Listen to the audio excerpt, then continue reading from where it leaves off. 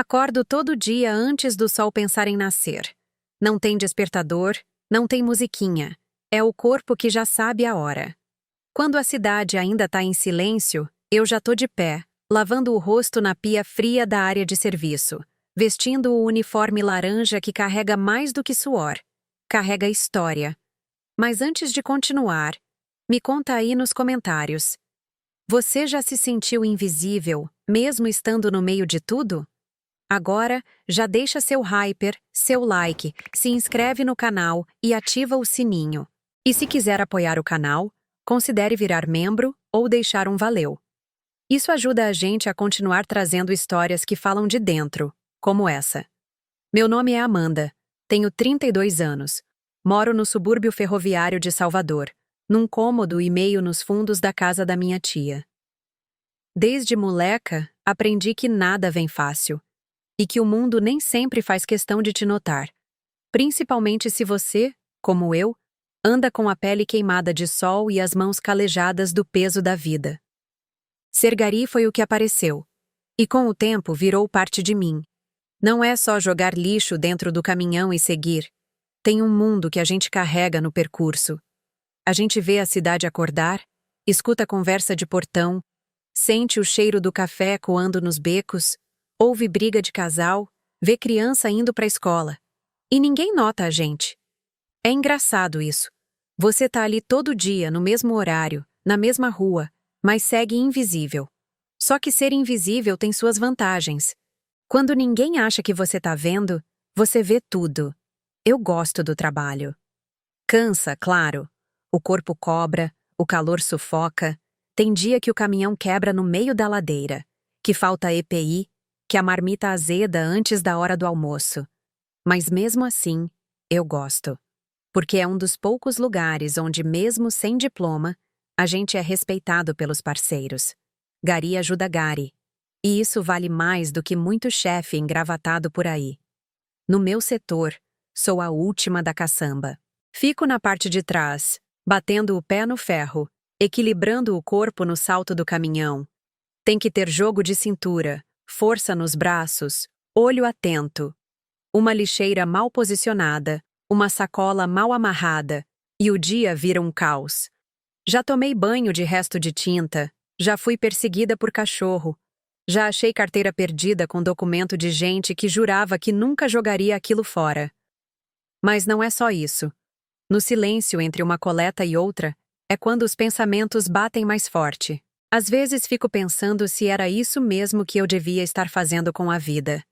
Se não era para eu ter tentado mais, estudar mais, ir embora, ter tido coragem de amar alguém direito. A verdade é que a gente vai empurrando os dias, vai se contentando com pouco, achando que tá vivendo, quando na real só tá sobrevivendo. Tem dia que me pego olhando o céu, torcendo para chover. Não porque gosto da chuva. É que quando chove, a cidade para, e a gente ganha uns minutos a mais para respirar. Ninguém corre atrás do caminhão com saco de lixo molhado. Ninguém buzina com pressa. É só o barulho da água no asfalto e o cheiro forte de terra, como se a cidade inteira estivesse lavando os pecados junto com a gente. Não tenho muito, mas também não reclamo. O que tenho me basta por enquanto. Um tênis resistente, um rádio de pilha que toca samba raiz no fim do expediente. Um café preto coado em pano antes de sair. E uma fé miúda, mas firme, de que alguma coisa boa ainda pode acontecer. Porque, por mais que eu já tenha visto muita coisa descartável nessa vida, eu continuo acreditando que algumas histórias, as que realmente valem, não vão pro lixo fácil assim. Existem algumas coisas que só quem coleta lixo sabe. Tipo o barulho de uma garrafa de vidro quebrando no fundo do caminhão, que dá até calafrio. Ou o terror que é encarar uma ladeira às 5 da manhã, com o sol nem dando as caras e a gente tentando não escorregar com o chão ainda molhado da madrugada. E tem também o lado cômico, claro. Como quando a gente passa e alguém corre com o saco de lixo como se estivesse entregando um troféu. Moça! Moça! Espera! E lá vou eu correndo, igual pegadora de revezamento, só faltando o uniforme de atleta olímpica. A verdade é que a coleta vira uma dança meio maluca. Cada bairro com seu ritmo, cada prédio com sua mania. Tem um que sempre joga os sacos exatamente 7 minutos antes da gente chegar. Outro que joga depois e finge que não viu. E tem o prédio da esquina da Alameda Monte Azul. Esse aí tem um nome pomposo que eu nem sei repetir. Mas toda vez que passo ali, eu dou uma olhada mais demorada. Não pelo prédio em si, mas por uma figura que, de vez em quando, aparece na varanda do segundo andar, com uma xícara de café na mão, como quem acordou rica e bonita. Sabe aquela imagem de propaganda de margarina? É isso. Mas antes que você ache que tô romantizando coisa, segura a empolgação. A gente nem conversou. Nem sei o nome da mulher. E também não sei se aquele café é de verdade ou só para fazer pose. O que eu sei é que ela me olha. Não sempre, não com insistência, mas... olha. E eu também olho. Um segundo a mais do que deveria? Talvez, mas não mais do que isso. A vida já me ensinou que o povo de prédio, principalmente desses com portaria digital e nome francês, não costuma olhar 2 vezes para quem tá com o uniforme suado e as mãos cheias de saco de lixo. Mas, sei lá, tem alguma coisa nesse olhar dela que parece diferente. Ou talvez seja só coisa da minha cabeça mesmo. O cérebro tentando colocar emoção onde só existe rotina. Falando em rotina, naquele dia o trabalho foi mais puxado que o normal. Um cachorro de madame quis correr atrás da gente. Um dos sacos estourou bem na minha perna. Eu juro que aquilo não era maionese vencida, era um crime químico. E o caminhão resolveu engasgar no meio da subida. Mas quer saber? Teve algo ali, naquele pequeno segundo da parada em frente ao prédio da tal mulher do café, que fez meu dia pesar menos. Um olhar. Só isso. E antes que você ache que tô criando filme de romance da sessão da tarde, calma. Eu sei onde piso. Sei que meu trabalho não me dá capa de visibilidade. Sei que para muita gente a gente é só as meninas do caminhão. Mas também sei que toda história começa de algum lugar. E se for para começar de novo, que seja com os pés no chão e as mãos cheias de saco, mas o coração começando a acordar. Tem dias que a gente acorda diferente, e naquele não sei explicar o que aconteceu, parecia que o ar estava mais leve, a coleta seguia no ritmo de sempre.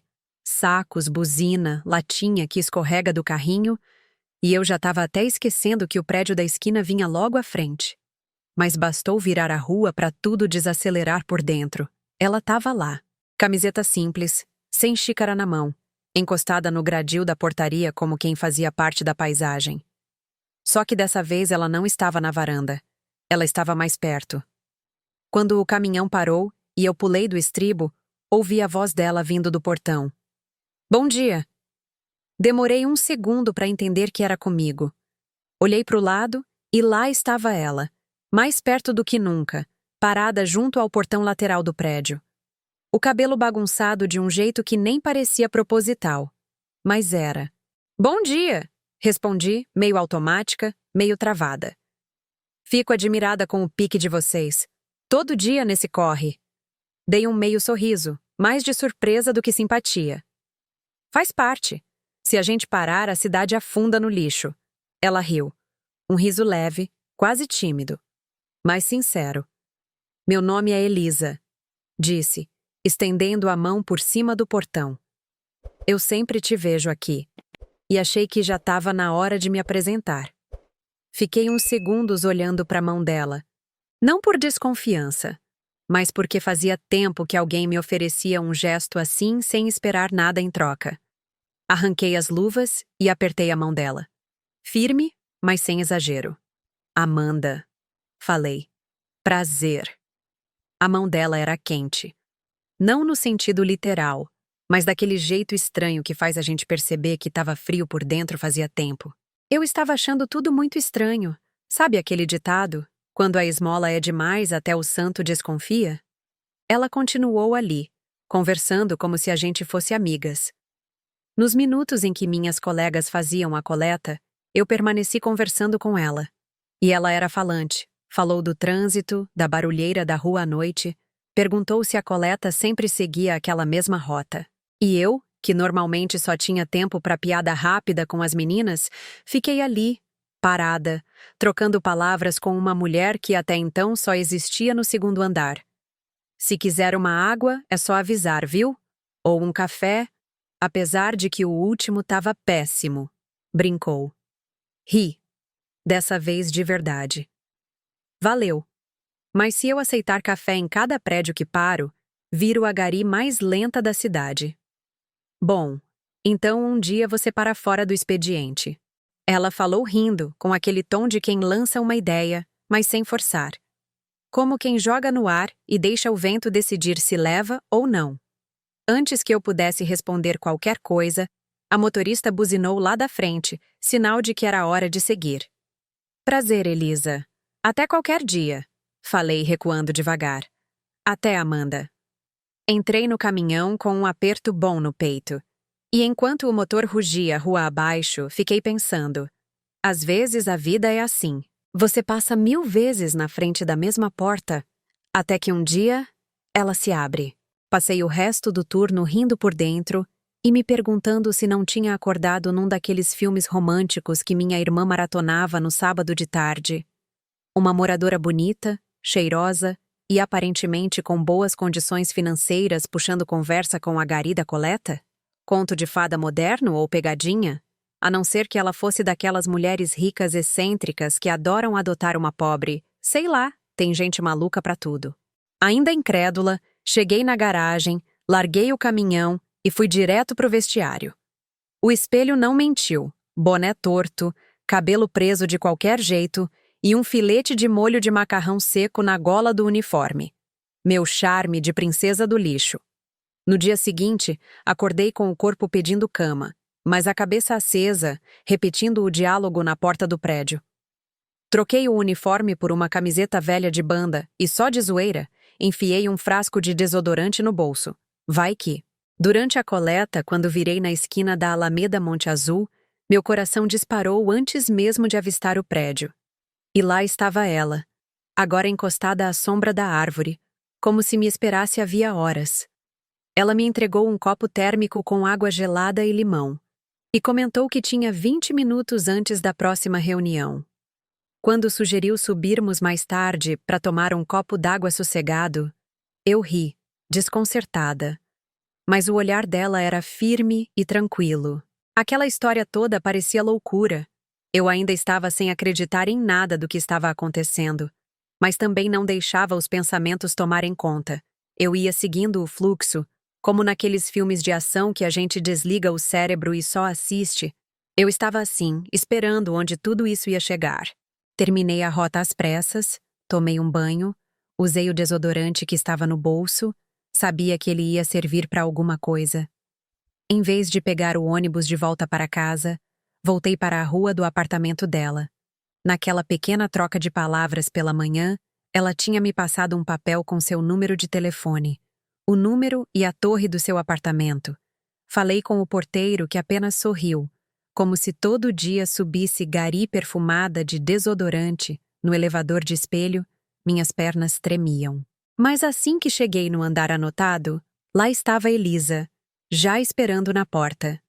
Entrei com a cabeça girando mais do que motor de carro velho numa subida de ladeira. E ali, entre o cheiro suave de sabonete caro e a vista de uma varanda que engolia a cidade, entendi que alguns contos de fadas funcionam melhor quando começam no subsolo, ou, no meu caso, na coleta de lixo. Elisa me recebeu com um sorriso curto, como quem sabe que aquele convite podia soar maluco demais para alguém que passou o dia pendurada num caminhão. Atravessamos o hall de mármore polido, eu tentando não sujar nada com a sola da bota, até a sala ampla, minimalista e cheia de cheiros que eu não consegui nomear. Ela apontou para a mesa de vidro, trouxe 2 copos d'água e soltou, bem do nada. Amanda, antes de qualquer coisa, preciso que você não me ache completamente louca. Então, vou direto ao ponto. Ri sem graça. Sentei na ponta da cadeira e esperei. Sou espírita, ela começou. E desde garota escuto minha mãe dizer que, quando a gente encontra alguém de outras vidas, o coração reconhece primeiro que a cabeça. Fez uma pausa, como se pesasse cada palavra. Eu arregalei os olhos, pensando que aquilo parecia plot de novela das 6. Mas ela continuou. Quando te vi lá embaixo pela primeira vez, senti uma coisa que não dá para explicar. Era como se a gente já tivesse se conhecido. Não. Ontem nem mês passado, mas há muito, muito tempo. Confesso que meu primeiro impulso foi rir. Eu, Amanda da coleta do lixo, sendo alvo de papo de reencarnação num apartamento que custava mais do que todos os carros que já dirigi juntos. Mas o jeito que ela dizia, sem romance barato, sem olhar de pena, me desarmou. Fiquei quieta, girando o copo d'água na mão, e lembrei de um sonho que tive semanas antes. Eu caminhava por uma rua antiga, de paralelepípedo molhado, carregando sacos pesados, e alguém me oferecia água, acordei suando e esqueci, até aquele instante. Talvez seja doideira, Elisa, mas quando você me chamou pelo nome lá fora, parecia que fazia tempo que eu ouvia sua voz. Confessei, espantada com a sinceridade que escapava. Ela sorriu, alívio e nervosismo misturados, e explicou que não esperava nada de mim. Só não aguentava mais ficar observando de longe, sentindo aquela certeza sem contexto. Falou da infância em centros espíritas, dos livros de Kardec que leu escondida no colégio de freira, da primeira vez que sentiu déjà vu, e resolveu não ignorar. Eu perguntei se esse papo funcionava mesmo ou se era só consolo para a alma. Ela deu de ombros. Não sei te provar, mas preferi confiar. E então fez a pergunta que mudou o peso do ar. Você sente alguma coisa parecida quando me vê? Respirei fundo. Deixei a água deslizar pela garganta e respondi. Sinto como se fosse familiar, como o cheiro de chuva no asfalto quente.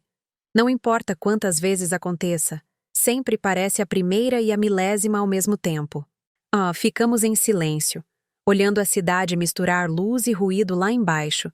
Nenhuma das duas tentou forçar rótulo, namoro, nada. Não éramos duas loucas. Só existia aquela confissão esquisita que, de alguma forma, fazia sentido para nós duas. Eu ainda achava tudo uma maluquice sem fim. Mas no fundo do peito havia uma batida calma, como se finalmente tivesse encontrado o compasso certo depois de anos de motor engasgando. Antes de ir embora, ela caminhou comigo até o elevador, segurou minha mão, sem aviso, sem pressa, e disse que não tinha pressa para o que quer que fosse acontecer. Eu apertei de volta, meia lua de sorriso no rosto, e pensei que, no mínimo, valia descobrir se as vidas passadas dela combinavam com a bagunça da minha vida presente. Quando a porta fechou, senti que carregava menos lixo na alma do que de costume, e pela primeira vez, a cidade inteira pareceu um pouco mais limpa. Depois daquele dia de filme, troquei algumas mensagens com Elisa e a gente marcou de se encontrar novamente num sábado, fim de tarde. Nem parecia encontro, pelo menos não do jeito que costumam chamar. Foi mais um "passa aqui se tiver de bobeira", seguido de um "pode deixar que eu levo um café bom", e pronto. Eu fui. De tênis limpo, camisa passada, coração acelerado. Era a segunda vez que eu ia ver a Elisa fora daquele cenário de portão e conversa apressada entre um saco de lixo e outro. E era também a primeira vez que eu sentia que podia conhecer alguém sem precisar esconder pedaços meus. Quando ela abriu a porta, o apartamento parecia outro. A luz do dia entrando de lado, uma playlist instrumental baixinha ao fundo, cheiro de canela com café, e Elisa de moletom e sorriso frouxo, como quem tinha esperado sem saber como esconder isso. Chegou na hora certa. O sol vai bater direto na varanda agora, ela disse, como se fosse a coisa mais importante do mundo. E talvez fosse mesmo. A gente se sentou ali, 2 copos, uma garrafa térmica e um silêncio confortável que, em vez de pesar, parecia fazer companhia. Conversamos sobre tudo que não deu tempo antes. Eu contei do meu pai, que também foi gari, e me ensinou a andar de cabeça erguida, mesmo quando o mundo olhava de lado. Falei da minha mãe, das marmitas que ela ainda me manda mesmo sabendo que eu já me viro. Contei de um cachorro que tive na infância, do meu medo de escuro até os 12, das vezes em que pensei em desistir do serviço, mas continuei por teimosia, ou por amor. E ela me ouviu, com atenção, com aqueles olhos que escutam mais que a boca. Depois foi a vez dela. Falou da infância num sobrado, da adolescência solitária mesmo rodeada de gente, das vezes em que teve que disfarçar quem era só para caber onde não deveria. Contou de um amor antigo que terminou sem briga, só por não fazer mais sentido, e do tempo que passou tentando preencher o vazio com reuniões, jantares, viagens curtas e relacionamentos rasos. E quando eu perguntei se ela achava mesmo que a gente já se conhecia de outra vida, ela riu com os olhos antes de falar. Não acho. Eu sinto. Eu só não tinha coragem de dizer. Afinal, se pensar racionalmente é uma coisa difícil de se acreditar. Confesso que nessa hora, meu instinto foi desviar, fazer piada, desconversar. Mas tinha algo ali, naquela varanda, naquela hora, que me fez ficar. Acho que se for mesmo de outra vida, a gente já tinha intimidade o suficiente para tomar café e rir junto sem precisar de manual. Ela sorriu. Então vamos só continuar. Ficamos até o céu mudar de cor, falando de tudo e de nada. Nenhum beijo ainda. Nenhuma promessa. Só uma presença gostosa, firme, que fazia parecer que aquele sábado não era o começo de nada. Era só a continuação de algo que a gente vinha construindo sem perceber.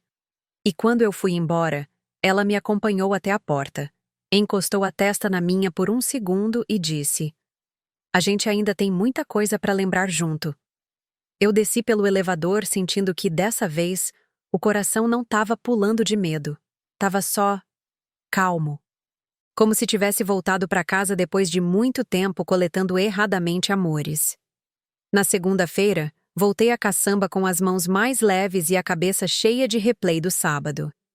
Cacau, minha parceira de coleta, percebeu logo. "Tá rindo de quê, Amandinha?" cutucou. Inventei que tinha lembrado de um áudio engraçado.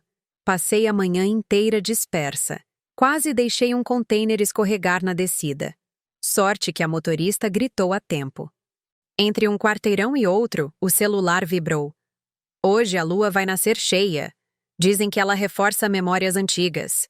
Se puder, olha pro céu às 8. Era a Elisa, claro. Ri sozinha. Parecia até bilhete de escola. À noite, depois do banho, sentei no quintal da tia com uma latinha de cerveja e fiquei encarando o relógio. Quando deu 8 em ponto, levantei o rosto. A lua subia redonda, branquinha, como alguém acendendo um abajur no alto do bairro. Foi bonito, mas mais bonito ainda foi a sensação de que a mensagem dela me abraçava dali até o prédio de luxo. Respondi: "Tô vendo. Bonita. Valeu a dica." Ela mandou um áudio baixinho, voz de quem sussurra: "É a mesma lua para nós duas. Boa noite, Amanda." Dormi com aquilo martelando, feito roda de caminhão no asfalto. Nas semanas seguintes, nossas rotinas se cruzaram em pequenos acertos de horário. Eu inventava desculpa para almoçar perto da Alameda Monte Azul. Elisa ajustava a agenda para descer com o lixo exatamente quando o caminhão surgia. Virou ritual rápido. Garrafa térmica de água com limão. Ela dizia que hidrata o espírito. 2 minutos de conversa sobre qualquer bobagem e um sorriso antes de a buzina me arrancar de volta. O porteiro já nem levantava a sobrancelha. "A senhora sobe hoje ou só entrega água?" Ele brincava. Eu respondia com o mesmo sorriso sem jeito. Foi numa quarta-feira chuvosa que tudo avançou. A coleta atrasou por causa de um alagamento e cheguei encharcada. Elisa apareceu na calçada com um guarda-chuva enorme e, antes que eu protestasse, me cobriu. "Sobe 1 minuto, pelo menos para secar a jaqueta." Relutei. Estava imunda, pés cheios de barro. Ela insistiu. Falei com a motorista que ia ficar por ali mesmo, que ia jogar o restante da coleta para cima. Cacau, que não era boba nem nada, sacou tudo e disse que me cobria. Afinal, elas não iam mais coletar nada. Iam voltar para a garagem e sossegar por conta da chuva. Com isso, subi quase de pontas dos pés, enxugando a entrada com papel toalha que ela trouxe correndo. Enquanto tirava a capa plástica do uniforme, ela surgiu com um moletom limpo. Veste isso. O frio rouba energia boa. Ri. Rouba energia e gripe, né? Entrei, tomei um banho, melhor banho da vida, usei o moletom e as roupas que ela me deu, coloquei o meu uniforme encharcado numa sacola plástica e fomos para a varanda. Ficamos ouvindo a chuva bater nos vidros altos. O cheiro de sabonete caro exalava em mim num contraste engraçado. Comentei, tentando aliviar o constrangimento. Ela riu. Isso é o meu cheiro, misturado com perfume de quem carrega o país. A frase, dita daquele jeito, acertou um lugar que eu nem sabia ter. Ficamos encarando a água escorrendo no parapeito, lado a lado, ombros quase tocando. Ela falou baixinho. Às vezes sinto que já ficamos assim antes. Só não lembro quando. Meu coração bateu no ritmo dos pingos. Virei o rosto. Nossos narizes quase se tocaram. Não existia música, nem clichê, só um ar morno entre dois corpos molhados. Beijamos. Devagar, leve, sem pressa de filme. Beijo que parecia confirmação de algo assinado muito tempo atrás. Quando nos afastamos, não houve declaração dramática. Ela só sorriu, testa encostada na minha, e disse: "Agora faz sentido." Eu respondi com um murmúrio qualquer, porque não sabia explicar a mistura de estranhamento e familiaridade que corria pelo peito. A chuva diminuiu. A buzina de alguém lá embaixo me lembrou que existia vida longe daquele conto de fadas. Resolvi ir embora. Se a chuva voltasse a piorar, eu teria problemas para chegar em casa. E eu ainda não estava pronta para me inserir naquele mundo pomposo e dormir ali. Prometi devolver o moletom e as roupas lavadas. Desci com a sensação de que, por mais surreal que parecesse, aquela história não era conto de fadas. Era fatura antiga finalmente paga. Lembrei que deixei minha mochila com a chave de casa na garagem quando cheguei. Cacau ainda estava lá e me olhou notando o meu sorriso teimoso no rosto. "Tá apaixonada, minha filha?" Balancei a cabeça. "No mínimo.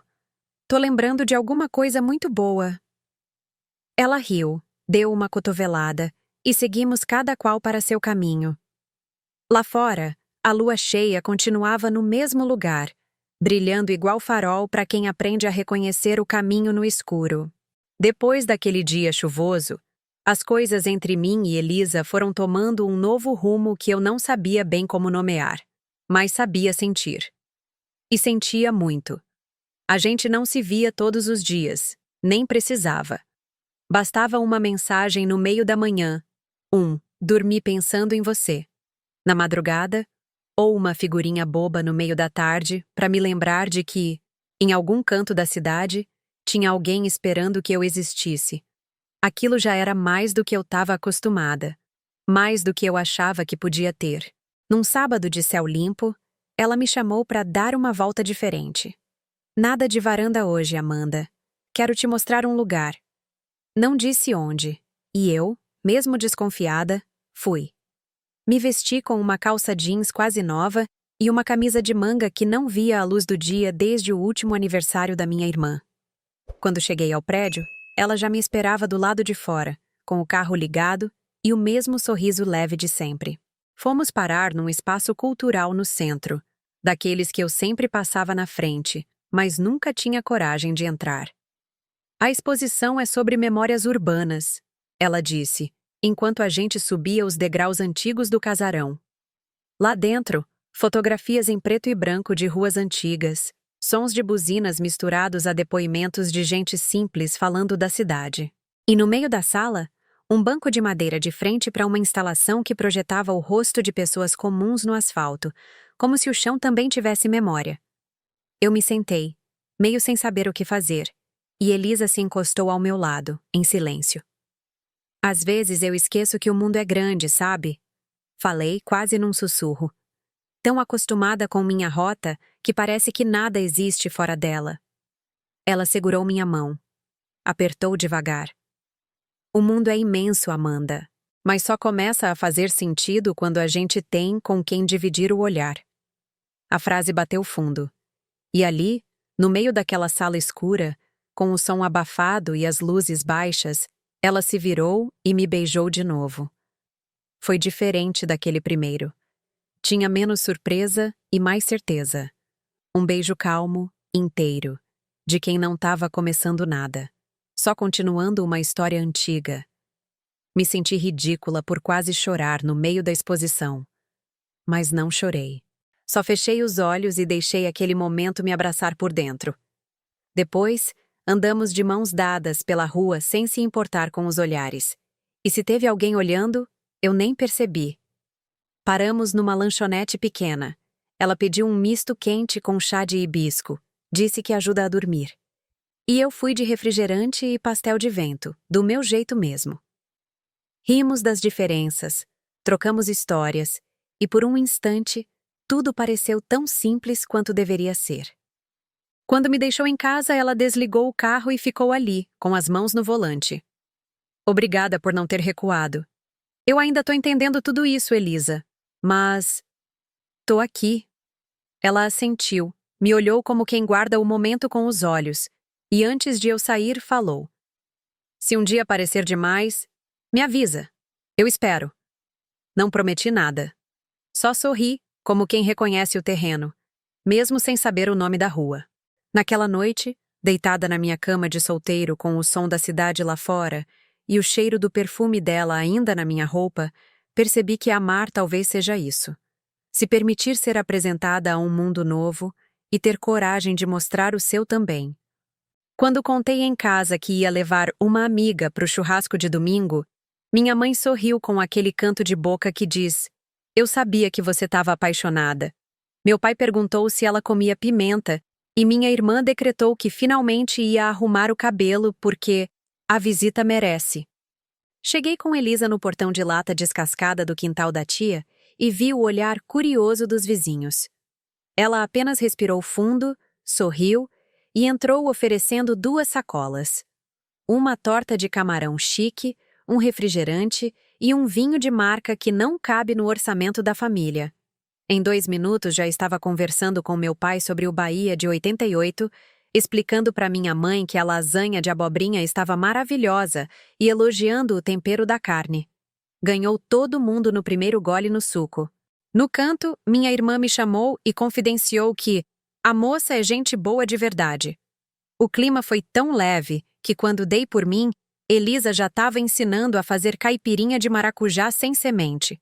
Lá pelas 4, ela pegou meu celular, o mesmo guerreiro com câmera rachada, e começou a me mostrar truques simples de enquadramento, luz lateral, foco no detalhe.